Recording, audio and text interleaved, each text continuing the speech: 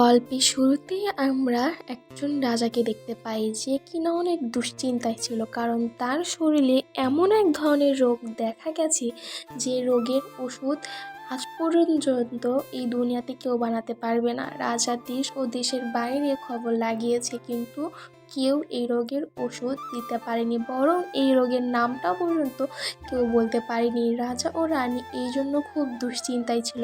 আর এই রোগটা খুব যন্ত্রণাদায়ক ছিল, কারণ তার পুরো শরীর জ্বলতে থাকে এবং অনেক চুলকাতে থাকে। রাজা না ঠিক মতো শুইতে পারতো, না ঠিক মতো বসতে পারতো। এই জন্য রাজা খুব উতলা হয়ে পড়ে এই রোগটা সারানোর জন্য।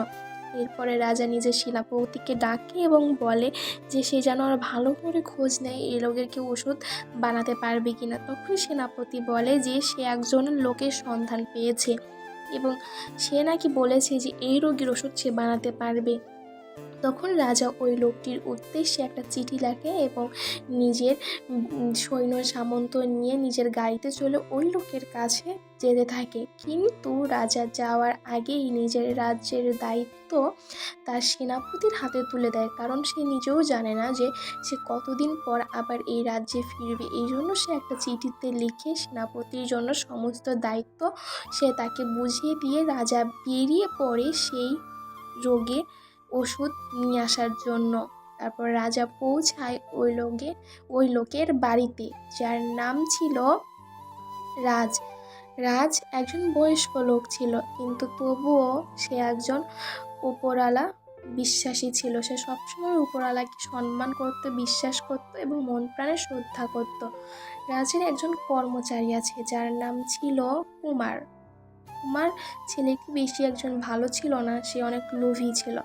তখন রাজা এসব বাদ দিয়ে নিজের সমস্যার কথা কথা বলতে থাকে এবং তারপর বলে যে কিভাবে এই রোগের ওষুধ সারানো যাবে। তখন রাজ বলে, সমস্যা নেই, আমি আপনার এই রোগের ওষুধ অবশ্যই জানি এবং এই রোগটার নাম হলো চর্মরোগ। এই রোগটার ওষুধ সহজেই এই পৃথিবীতে এখন পর্যন্ত কেউ বানাতে পারেনি, কিন্তু আমার কাছে একটা অলৌকিক নদী আছে, যে নদীতে কেউ একবার যদি ডুব দেয় তাহলে তার শরীরের সমস্ত রোগ ব্যাধি ভালো হয়ে যাবে। এই জন্য রাজা বেশিক্ষণ আর দেরি করে না, রাজের কথা মতো ওই নদীর উদ্দেশ্যে বেরিয়ে পড়ে এবং যখন সে বেরিয়ে পড়ার কিছুক্ষণের ভিতরে সে একটা নদী দেখতে পায়। তারপরে ওই নদীতে সে একবার ডুব দেয়।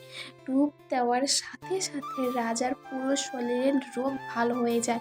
রাজা তো এটা দেখে মহা খুশি, কারণ তার এতদিন পরে এত যন্ত্রণা অবসান ঘটেছে। রাজা অনেক খুশি হয় এবং রাজের কাছে যায় এবং রাজকে বলে যে তুমি চিন্তা করো না, এর পারিশ্রমিক তুমি অবশ্যই পাবে, কিন্তু আমি আসার সময় কোনো পারিশ্রমিক নিয়ে আসিনি। আমি ভেবেছিলাম হয়তো বা তুমিও পারবে না, কিন্তু তুমি যেহেতু পারবে আমি তোমাকে নিমন্ত্রণ করলাম আমার রাজ্যে, তুমি অবশ্যই একদিন আমার রাজ্যে বেড়াতে যাবে। আমি তোমাকে সদরে গ্রহণ করে নেব এবং আমি তোমার পারিশ্রমিক দেওয়ার জন্য আবার ফিরে আসবো, তুমি চিন্তা করো না। এরপরে রাজা মনের আনন্দে নিজের রাজ্যে ফেরত যেতে থাকে। আর এইদিকে কুমার রাজার যাওয়ার পথে তাকিয়ে থাকে, কারণ কুমারের একটু রাগ হয়ে গেছিল যে রাজা নিজে পারিশ্রমিক না দিয়েই চলে যায়। কুমার ভেবেছিল রাজা হয়তো বা আর ফিরে আসবে না, কিন্তু রাজ ছিল অনেক ভালো মনের মানুষ। রাজ বিশ্বাস করেছিল যে যে রাজা একদিন অবশ্যই ফিরে আসবে। এরপর রাজা কিছুদিন পরে আবার ওখানে ফিরে আসে এবং সে কুমারের দেখা পায়। তখন কুমারকে বলে যে আপনি কেমন আছেন? তখন কুমার বলে হ্যাঁ, আমি অনেক ভালো আছি। এরপরে রাজা নিজের সাথে যে অর্থ নিয়ে আসছিল সেই অর্থ কুমারকে দিয়ে দেয়, কিন্তু কুমার এই কথা রাজকে না জানিয়ে সেই অর্থ লুকিয়ে রাখতে যায়। কিন্তু ঠিক এই সময় রাজ তার কাছে চলে আসে এবং তাকে বলে যেন সে সত্য কথা বলে দেয়, কিন্তু কুমার কোনো সত্য কথা বলতে চায় না। তখন রাজ বলে তুমি যে হাত দিয়ে ওই জিনিসটা চুরি করে নিয়ে আসছো এটাকে চুরিই বলে এক কথায়, সেই হাত এখন রক্তে লাল হয়ে যাবে এবং সেটাই হয়। রাজের বলার সাথে সাথে কুমারের হাত থেকে রক্ত পড়তে থাকে। তখন কুমার নিজের ভুল বুঝতে পারে এবং নিজের মাথা নিচু করে নেয় এবং রাজের কাছে ক্ষমা চায় এবং বলে যে সে এরকম ভুল আর দ্বিতীয়বার করবে না, সে যেন তাকে ক্ষমা করে দেয়।